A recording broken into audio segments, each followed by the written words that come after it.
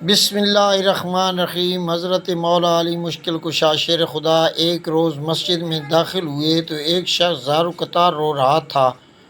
کچھ لوگ اس کے گرد جمع تھے اور اسے سمجھا رہے تھے کہ حضرت علی رضی اللہ تعالیٰ عنہ سے پوچھا کہ کیا بات ہے، تو وہ شخص جو رو رہا تھا اس نے بتایا، میرے والد چند لوگوں کے ساتھ سفر پر گئے تھے، وہ لوگ تو واپس آ گئے، میرے والد واپس نہیں آئے۔ میں نے ان لوگوں سے پوچھا تو کہتے ہیں کہ تمہارا باپ راستے میں ہی فوت ہو گیا ہے۔ میں نے مال کے بارے میں پوچھا تو کہتے ہیں، کون سا مال؟ تیرے باپ کے پاس تو کوئی مال نہیں تھا، حالانکہ میرے والد تجارت کے لیے گئے تھے اور ان کے پاس کافی مال تھا۔ حضرت علی المرتضیٰ رضی اللہ تعالیٰ عنہ نے کہا، تم میرے قاضی کی طرف رجوع نہیں کیا؟ اس نے جواب دیا، میں نے قاضی کی طرف رجوع کیا تھا، لیکن قاضی نے انہیں لوگوں کے حق میں فیصلہ دے دیا ہے۔ حضرت علی نے فرمایا، لوگوں کو لے کر قاضی کے پاس پہنچو اور قاضی سے پوچھو کہ تم نے اس نازک معاملے میں کیسے فیصلہ کیا؟ قاضی نے جواب دیا، ہم نے اس سے گواہ طلب کیے، تو اس جوان نے کہا کہ میرے پاس کوئی گواہ نہیں۔ پھر میں نے قسم کھانے کو کہا تو ان سب نے قسم کھائی کہ واقعی ایسا ہی ہوا ہے جیسا ہم کہہ رہے ہیں، تو میں نے ان کی بات پر یقین کر کے ان کو چھوڑ دیا۔ اب حضرت علی رضی اللہ تعالیٰ عنہ نے کہا کہ اس کا فیصلہ میں خود کروں گا اور بالکل ایسا ہی کروں گا جیسے اللہ کے نبی حضرت داؤد علیہ السلام نے اپنے زمانے میں کیا تھا۔ حضرت علی نے چند سپاہیوں کو بلایا، ایک ایک شخص کو ایک ایک سپاہی کے حوالے کر دیا اور کہا ان لوگوں سے کہ تم کیا سمجھتے ہو کہ ہم تمہاری حرکتوں سے ناواقف ہیں؟ ہمیں سب معلوم ہے۔ آپ نے ایک حکم اور دیا کہ ان سب کے چہرے کپڑوں سے ڈھانپ دیے جائیں اور سب کو مسجد کے ایک ایک ستون کے پیچھے کھڑا کر دیا جائے۔ پھر آپ نے کاتب کو اپنے پاس بلایا اور سپاہیوں سے کہا کہ جب میں بلند آواز سے تکبیر کہوں تو ان کو ایک ایک کر کے لانا۔ پھر آپ نے پہلی تکبیر کہی، ایک سپاہی پہلے ملزم کو لے آیا۔ حضرت علی رضی اللہ تعالیٰ عنہ نے اس کو اپنے سامنے بٹھا کر حکم دیا اور اس کے چہرے سے کپڑے کو ہٹا دو، اور کاتب کو کہا کہ میرے سوال اور اس کا جواب قلم بند کرو۔ حضرت علی رضی اللہ تعالیٰ عنہ نے اس سے پوچھا کہ تم کس دن اس کے باپ کے ساتھ روانہ ہوئے تھے؟ اس نے جواب دیا، فلاں دن فلاں مہینے۔ پھر آپ نے پوچھا کس کس مقام پر پہنچے؟ اس نے کہا فلاں فلاں مقام پر پہنچے۔ تو حضرت علی رضی اللہ تعالیٰ عنہ نے پوچھا کہ مرنے والے کو کیا مرض لاحق تھا؟ اس نے بتایا کہ فلاں مرض لاحق تھا۔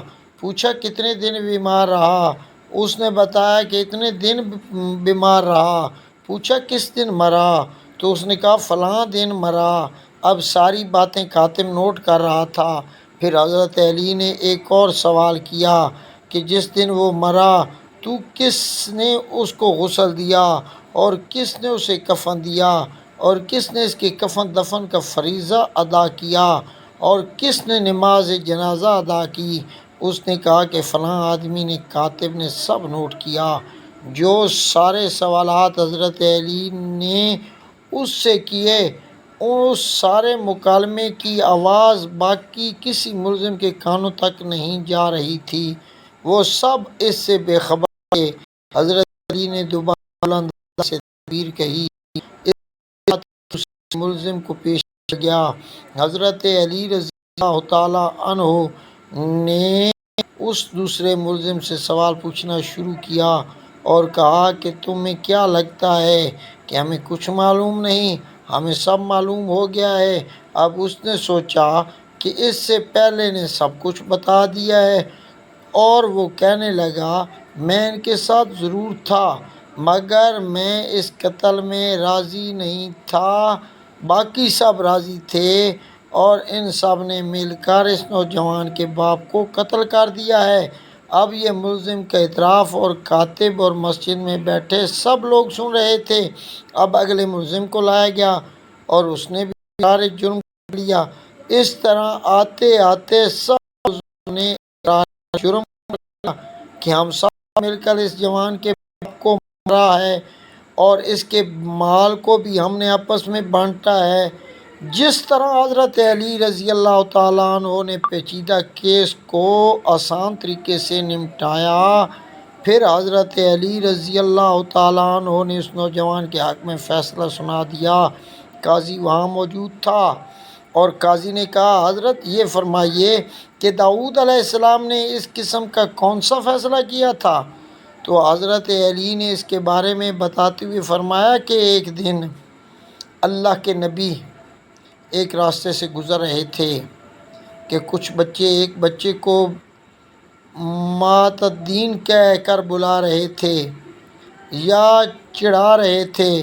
تو حضرت داؤد علیہ السلام نے بچے کو اپنے پاس بلایا اور اس سے اس کا نام پوچھا، تو اس نے کہا مات الدین، یعنی دین مر گیا، نعوذ باللہ۔ پوچھا تیرا یہ نام کس نے رکھا؟ تو بتایا میری ماں نے۔ تو حضرت داؤد نے اس کو لیا اور اس کی ماں کے پاس تشریف لے گئے۔ پوچھا کہ اس بچے کا نام مات الدین کیوں رکھا؟ اس نے کی ماں نے کہا کہ میں نے نہیں رکھا بلکہ میرے شوہر نے رکھا ہے۔ اچھا وہ کہاں ہے؟ جواب ملا وہ زندہ نہیں ہے۔ تو آپ نے پوچھا کہ یہ نام کیوں رکھا تھا؟ جواب ملا کہ میرا شوہر چند افراد کے ساتھ سفر پر گیا تھا، سب واپس آ گئے، میرا شوہر واپس نہیں آیا۔ جب میں نے واپس آنے والوں سے پوچھا تو انہوں نے کہا وہ دوران سفر فوت ہو گئے ہیں۔ میں نے ان سے پوچھا کہ ان کے مال و اسباب کا کیا ہوا؟ تو انہوں نے کہا اس کے پاس تو کچھ بھی نہیں تھا، حالانکہ میرے شوہر کے پاس بہت مال تھا۔ تب میں نے پوچھا کہ مرتے وقت میرے شوہر نے کچھ وصیت کی تھی؟ تو انہوں نے جواب دیا ہاں۔ میں نے پوچھا کہ وہ کیا تھی؟ کہنے لگے تیرے شوہر نے کہا کہ میری بیوی سے کہنا جب کوئی بچہ پیدا ہو تو اس کا نام مات الدین رکھ دینا، کیونکہ اس وقت اس کی بیگم امید سے تھی۔ تو جب میرے ماں بچہ پیدا ہوا تو میں نے شوہر کی وصیت کے مطابق بچے کا نام مات الدین رکھ دیا۔ اب داؤد علیہ السلام نے پوچھا کہ کیا وہ لوگ ابھی زندہ ہیں تو جو واپس آ گئے تھے؟